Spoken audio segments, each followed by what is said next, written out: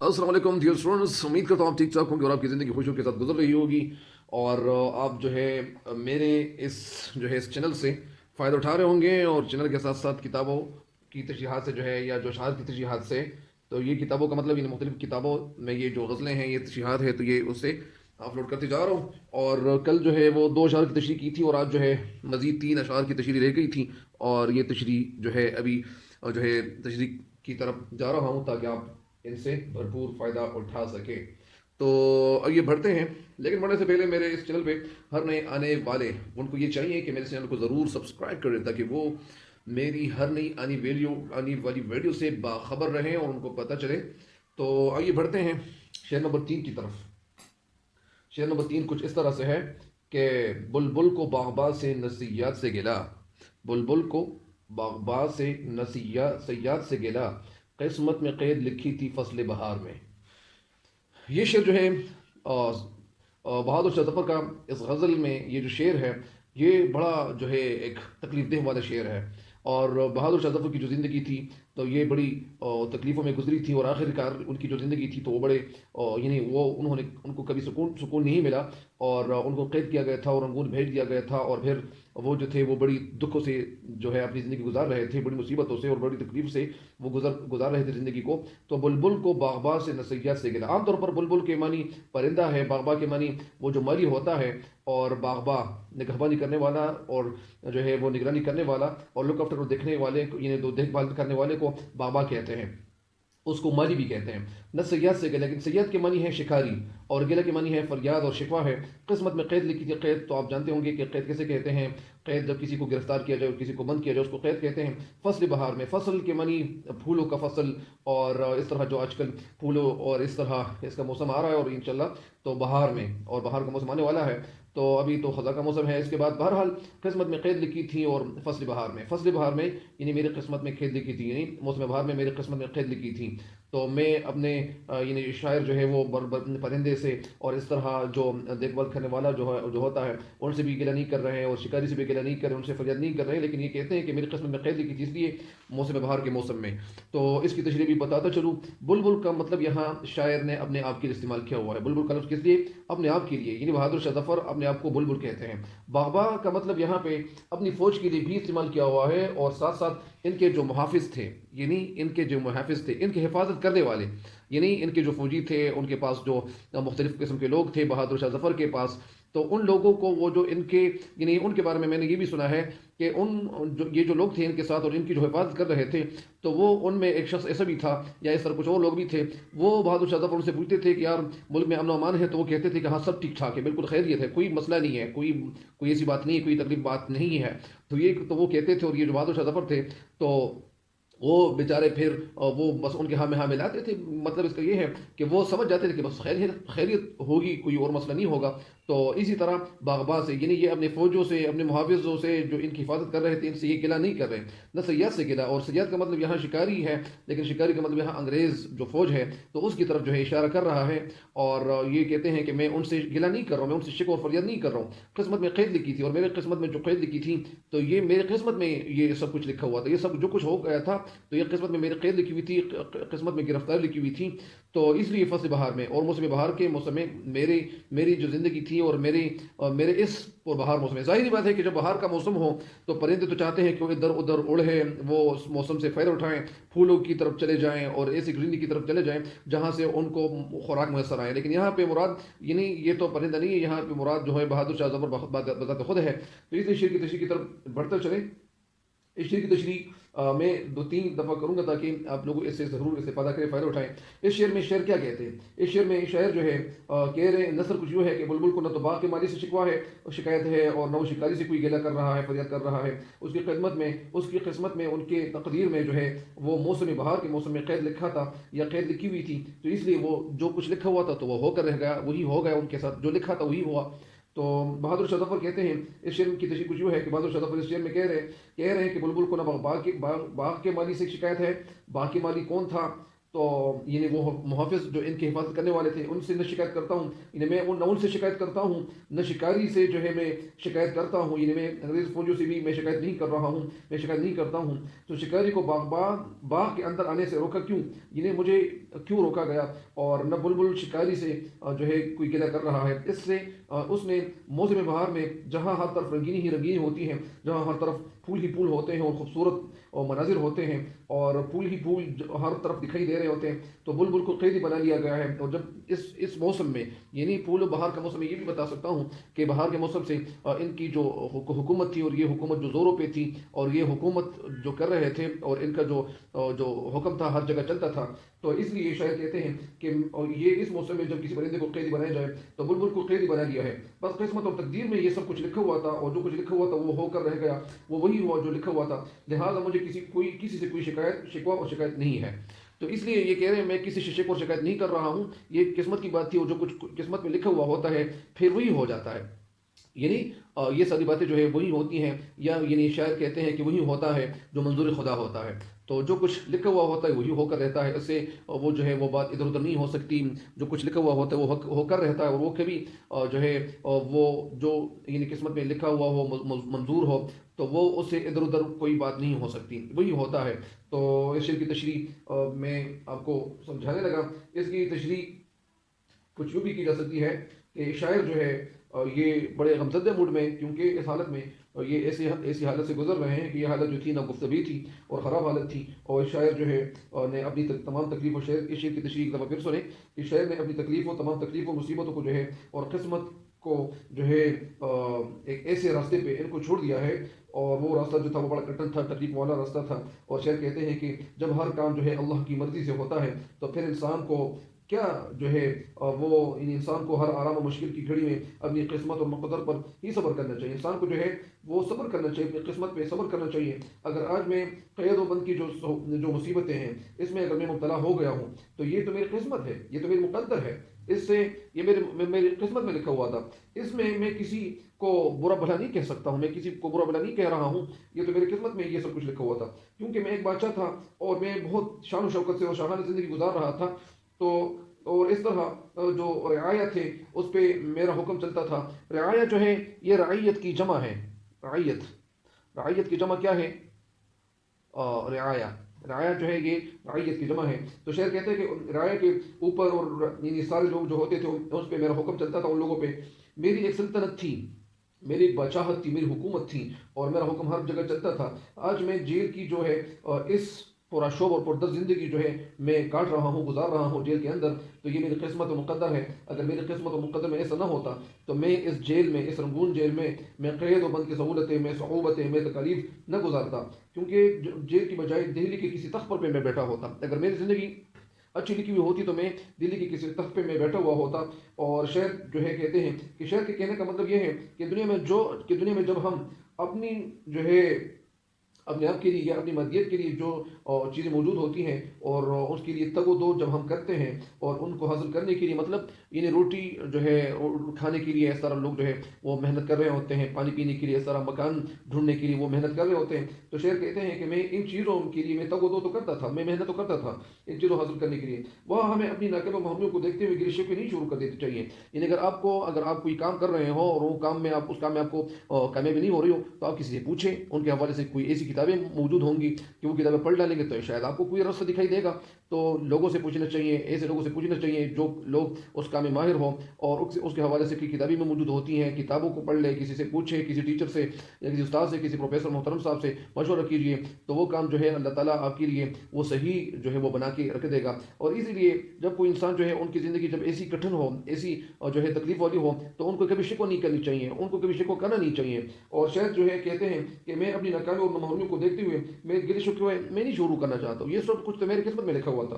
میری قسمت میں لکھا ہوا تھا، بلکہ اپنی زندگی میں قسمت اور مقدر کی جو ہے میں ان میں یعنی دخل اندازی پہ یقین رکھنا چاہیے، یعنی میں اپنی زندگی میں قسمت اور مقدر کی جو دخل اندازی ہے اس پہ یقین رکھنا چاہیے، یعنی جو کچھ لکھا ہوا ہوتا ہے تو وہ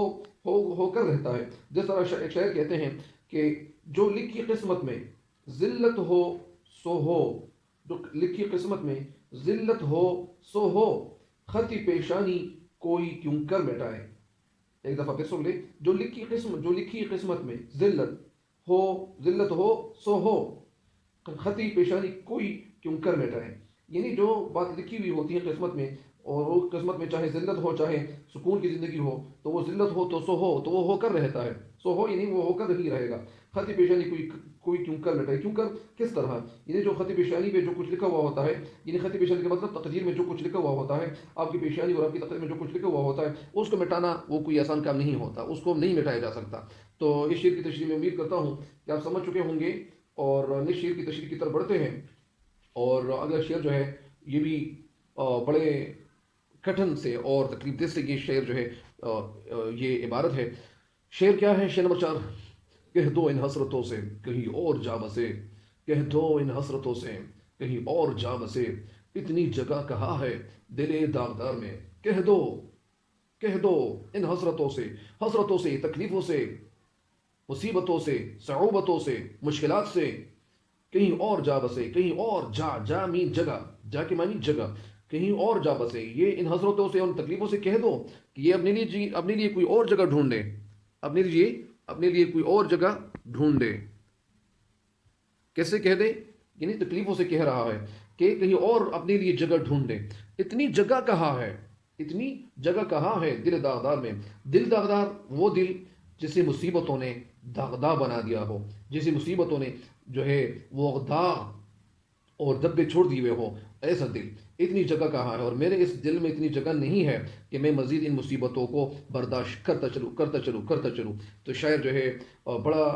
جو ہے وہ حسرت زدہ ہے اور غم زدہ ہے، اور اس لیے یہ شعر جو ہے انہوں نے جس طرح کہا ہوا ہے، تو شاعر اس شعر میں کہنا کیا چاہتے ہیں، اس کی نثر کچھ ملاحظہ کیجیے۔ حسرت کے معنی تو میں نے آپ کو بتا دیے، حسرت کے معنی غم ہے، جا کے معنی جگہ، اور دل داغدار یعنی داغدار دل، وہ دل جسے مصیبتوں نے جو ہے وہ تباہ کر رکھا ہو، تباہال دل جو ہے اس کو یہ کہتے ہیں۔ دل داغدار وہ دل جس پر جگہ جگہ داغ ہو، جس پر جگہ جگہ دبے ہو، دھبے، یہ لفظ جو ہے جگہ بجگہ نہیں، جگہ جگہ کہنا چاہیے۔ اچھا، تو اس کی نثر کچھ یوں ہے کہ اے دوستو ان تمام خواہشات سے کہہ دو، ان تمام ارمانوں سے اور امیدوں سے کہہ دو کہ وہ رہنے کے لیے کوئی اور جگہ ڈھونڈے، کوئی اور جگہ ڈھونڈے۔ میرے زخمی دل میں ان کے لیے اتنی جگہ ہی نہیں ہے، یعنی میرے زخمی دل میں اس کے لیے جگہ، ان کے لیے جگہ، اتنی جگہ ہی نہیں ہے، یعنی میرا دل جو ہے وہ بھر چکا ہے، وہ مزید کوئی بھی تکلیف نہیں سہ سکتا، کوئی بھی تکلیف برداشت نہیں کر سکتا ہے۔ تو شاعر جو ہے بڑی ناچاری سے یہ اشعار جو ہے کہہ رہے، اور ایسا دکھائی دیتا ہے کہ شاعر جو ہے وہ بڑا غمزدہ ہے اور بڑے کٹھن مرحلے سے اور مرحلوں سے وہ گزر رہے ہیں۔ تو شاعر جو ہے اس زندگی کی تلخیوں، زندگی کی مصیبتوں سے تنگ آ گیا ہے، اب وہ ان تمام آرزو اور امنگوں اور خواہشات کو جو ہے چھٹی دینا چاہتا ہے، اور کھلی چھٹی دینا چاہتا ہے۔ جو دنیا میں صرف خواب بن کر جو خواہشات تھے، جو ارمان تھے، خواہشات، تو یہ سارے کے سارے ایک خواب جو ہے، ایک سپنا بن کے یہ خواہشات رہ گئے ہیں، اور ان میں سے کوئی بھی جو ہے امید کی کرن نظر نہیں آتی، لہٰذا وہ ان تمام حسرت اور امیدوں سے بالکل مخاطب ہے، اور ان سے مخاطب ہے اور ان سے کہہ رہا ہے کہ انہیں کہتا ہے اور انہیں کہتا ہے اپنی مصیبتوں کو کہ اب میرا پیچھے چھوڑ دو، اب مجھے چھوڑ دو، اب مجھے اکیلا چھوڑ دو، اپنی سہارت پہ چھوڑ دے، اور اپنا جو بسیرا ہے، اپنی جو جگہ ہے، یہ کسی اور مقام پہ بنا لو، کسی اور جگہ جو ہے وہ چلے جاؤ، کیونکہ اب میری جو ہمت ہے، میرے اندر جو ہمت ہے وہ جواب دے گئی ہے، میرے اندر مزید ہمت نہیں رہی ہے، میرے اندر جو حوصلہ تھا، جو ہمت تھی، جو حوصلہ تھا، وہ ختم ہو گیا ہے، اور میں مزید برداشت نہیں کر سکتا، میں مزید مصیبتوں کو، تکلیفوں کو میں برداشت نہیں کر سکتا ہوں، مزید برداشت کرنا میری طاقت سے بالکل باہر ہے، باہر نہیں، باہر ہے۔ باہر کے معنی روشن، اور باہر کے معنی آؤٹ سائڈ، باہر جگہ۔ میرا دل جو ہے وہ زخمی دل سے خوشیوں کے جو قہقہے تھے، وہ میرے دل میں جو خوشیوں کے اور یا اسی طرح قہقہے جو بلند ہوتے تھے، تو قہقہوں کی جگہ یا آہوں کی، یعنی جو ہنسی مذاق کی جگہ میرے دل میں کیا، کن چیزوں نے جگہ بنا لی ہوئی ہے، کن چیزوں نے بسیرا کیا ہوا ہے، آہیں اور فریادیں ہی نکل رہی ہیں میرے دل میں، خوشیوں کی بجائے جو ہے وہ صرف حسرتیں ہیں، صرف آہیں ہیں، صرف فریادیں ہیں، اور ستم اور ظلم تو یہ ہے کہ ان آہوں اور فریادوں کو کے لیے، اور ان آہوں اور فریادوں کو سننے والا بھی کوئی نہیں ہے، سننے والا بھی۔ اور حقیقت میں شاعر جو ہے بہادر شاہ ظفر جو ہے اپنے رنگون جیل کی جو ہے وہ پر آشوب اور پرتکلیف جو زندگی ہے وہ اس کی عکاسی جو ہے ان کے اشعار سے وہ دکھائی دے رہا ہے. یعنی ان کے جو اشعار ہیں اور ان کی جو امیدیں تھیں تو یہ وہی باتیں جو ہے یہاں ان اشعار کو دیکھ کر ہمیں یہ باتیں دکھائی دیتی ہیں. تو یہ ایک شعر ہے کہ امیدیں آرزوئیں کھلتی ہیں دل سے میرے، امیدیں آرزوئیں کھلتی ہیں دل سے میرے، پلٹ جاتی ہیں موجیں جس طرح ٹکرا کے ساحل سے، پلٹ جاتی ہیں موجیں جس طرح ٹکرا کے ساحل سے. تو یعنی شاعر کیا کہنا چاہتے ہیں؟ شاعر کچھ اس طرح کہنا چاہتے ہیں کہ شاعر یہ کہنا چاہتے ہیں کہ شاعر جو ہے ان کے دل وہ بڑے کٹن حالات سے، یا ان کے جو دن تھے وہ ان کے دل بڑے کٹن حالات سے گزر رہے تھے. اور شاعر کہہ رہے ہیں کہ میں اپنی بادشاہت کے بارے میں سوچا کرتا تھا، اپنی اولاد کی جو ہے ان کی مستقبل کے بارے میں سوچتا تھا، اور یہ خیالات جو تھے وہ میرے اپنی اولاد کے حوالے سے ہوتے تھے، اور میرے جو ہے یہ سوچ ان کے حوالے سے ہوتی تھی، اور میں ان کے بارے میں سوچتا تھا. سلطنت کے جو امور تھے وہ دل و دماغ میں میرے موجود تھے، اور مجھے ایسی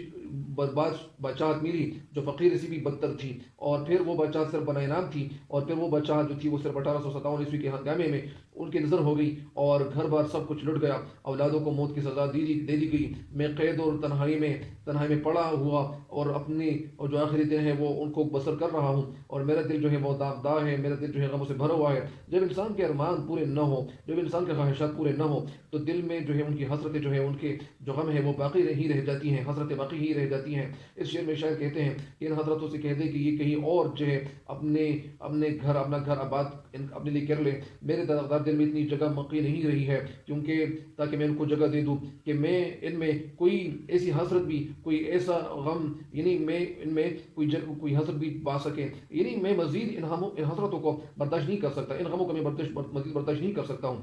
شاعر کا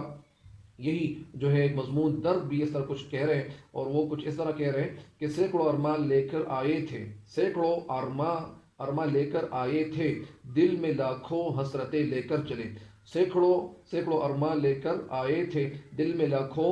حسرتیں لے کر چلے. تو اس شعر کی تشریح جو ہے یہ بھی مکمل ہو گئی ہے، اور اگلے شعر کی طرف بڑھتے ہیں. اور اگلا شعر جو ہے وہ آخری شعر ہے بہادر شاہ ظفر کا، اور آخری شعر ہے کہ کتنا ہے بد نصیب ظفر دفن کے لیے، 2 گز زمیں بھی نہ ملی کوئی یار میں. بد نصیب تو بدقسمت ہے. ظفر کے معنی، ظفر تو ان کا اپنا نام ہے، لیکن ظفر کے معنی الگ جو ہے، الگ معنی ان کی جو لغت میں معنی ہے تو وہ کامیاب ہے. 2 گز زمیں بھی نہ ملی کوئی یار کی گلی میں. لیکن یار کی گلی کا مطلب یہاں کیا ہے؟ دہلی. یعنی ظفر جو ہے ان کو اپنے اس گلی میں اپنے دفن کے لیے بھی جگہ نہیں مل گئی تھی، ملی نہیں تھی. کیوں نہیں ملی تھی؟ شاعر جو ہے اس کی نثر کچھ یوں ہے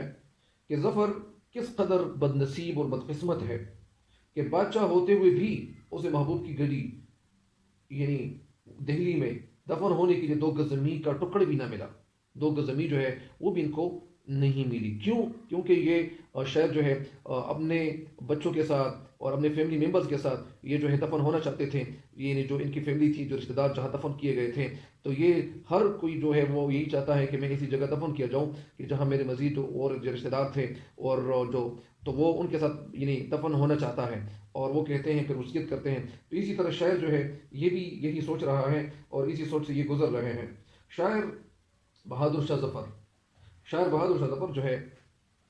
یہ اس شعر میں کچھ یوں کہہ رہے ہیں کہ ہر شخص مرنے کے بعد اس زمین میں دفن ہونا پسند کرتا ہے جہاں اس کے رشتہ دار دفن ہو چکے ہوتے ہیں اور ان کو دفن کیا گیا ہوتا ہے. یہی وجہ یہی ہوتی ہے کہ لوگ اپنے رشتہ داروں کو یعنی جو ہے رشتہ داروں کے ساتھ تو دفن ہونا چاہتے ہیں تاکہ ان کے قریب ان کو دفنا دیا جائے. اور یہ جو شہر تھے وہ رنگون میں قید تھے. ان کو معلوم تھا کہ مرنے کے بعد انگریز اسے دہلی میں دفن نہیں کریں گے بلکہ رنگون میں ہی اس کو جو ہے دفن کریں گے. اور اس شعر میں شاعر کہتے ہیں کہ زندگی بھر تو بدقسمتی نے میرا ساتھ نہیں چھوڑا، مرنے کے بعد بھی میرے نصیب نہیں بدلے، میری قسمت نہیں بدلی. مجھے اپنے محبوب گلی کے گلے میں محبوب کے شہر میں دہلی میں دفن ہونے کے لیے بھی جو 2 گز زمین نہیں ملی. شہر کے ساتھ یہی کچھ ہوا، اور جو کچھ ہوا تو اس کا مزار جو ہے رنگون میں ہے. اور یہ شاعر جو ہے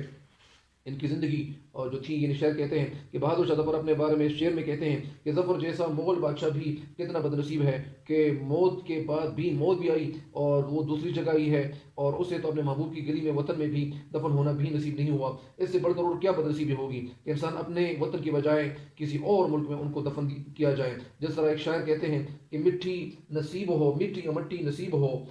ہو نہ سکی کوئی یار کی، آخر اٹھا دیے گئے اس کی گلی سے ہم۔ مٹی نصیب ہو نہ سکی کوئی یار کی، آخر اٹھا دیے اس کی گلی سے ہم، یعنی مٹی نصیب ہو نہ سکی کوئی یار کی، نصیب نہ ہو سکی کوئی یار کی، آخر اٹھا دیے اس کی گلی سے ہم۔ تو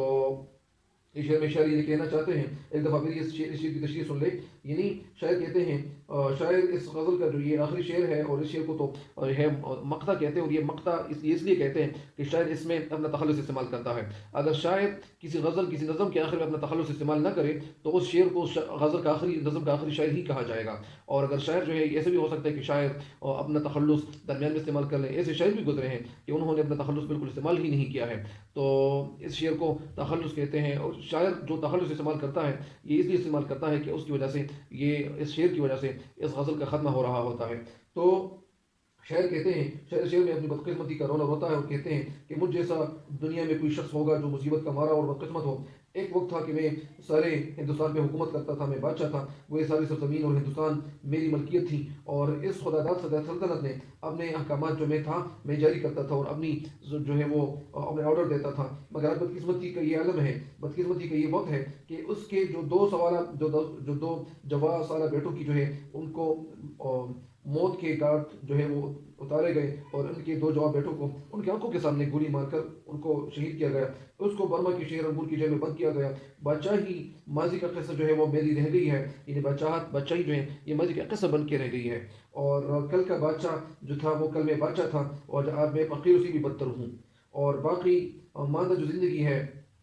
ساری زندگی جو ہے میں نے یہاں کاٹی، اور یہ آخری جو زندگی میں یہاں کاٹی انگور جیل میں، تو یہ بڑی تکلیف والی زندگی تھی، اور قید کی حالت میں ہی مجھے یعنی میں وفات پائی انہوں نے، اور وہیں پر دفن کر دیے گئے۔ تو ظاہری بات ہے کہ جب ایک انسان ہے وہ کھلے ہوا میں، کھلے ماحول میں پیدا ہوا ہو، اور پھر جب ان کی زندگی میں وہ جو بہار کے دن ہوتے ہیں وہ ختم ہو جاتے ہیں، پھر ان کے بیٹوں کو ان کے سامنے شہید کیا جاتا ہے، اور پھر آخر کار ان کو کسی جگہ بھیج دیا جاتا ہے کہ اپنے رشتہ داروں کے یہاں بھی ان کو یعنی دفن کرنے کے لیے نہیں چھوڑا جاتا، تو ان کو ادھر ادھر بھی جگہ نہیں مل رہی ہوتی، تو یہ بڑی دکھ والی بات ہوتی ہے۔ یہ شاعر یہاں ایک شعر کہتے ہیں کہ شاعر نے کیا خوب کہا ہے کہ مجھ کو دیار غیر میں مارا وطن سے دور، مجھ کو دیار غیر میں مارا وطن سے دور، رکھ لی میرے خدا نے میری بے کسی کی شرم، رکھ لی میرے خدا نے میری بے کسی کی شرم، یعنی مجھ کو، یا اسی طرح ایک شعر اور ہے کہ شاعر کیا خوب کہتے ہیں، مجھے دفن کرنا، شاعر نے کیا خوب کہا ہے، اور یہ شاعر یہ کہتے ہیں کہ مجھے دفن کرنا جس گھڑی، مجھے دفن کرنا جس گھڑی، تو یہ اس سے کہنا کہ اے پری، مجھے دفن کرنا جس گھڑی، تو یہ اس سے کہنا کہ اے پری، وہ جو تیرا عاشق زار تھا، تیرے خاک اس کو دبا دیا۔ ایک دفعہ پھر سن لیں، مجھے دفن کرنا،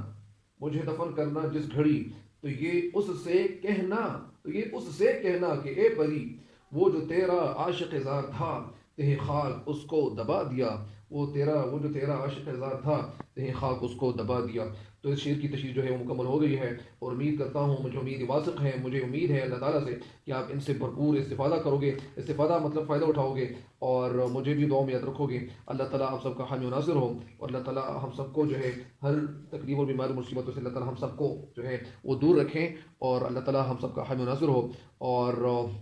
اللہ تعالیٰ کے حوالے آپ کو کرتا ہوں۔ اللہ نگہبان۔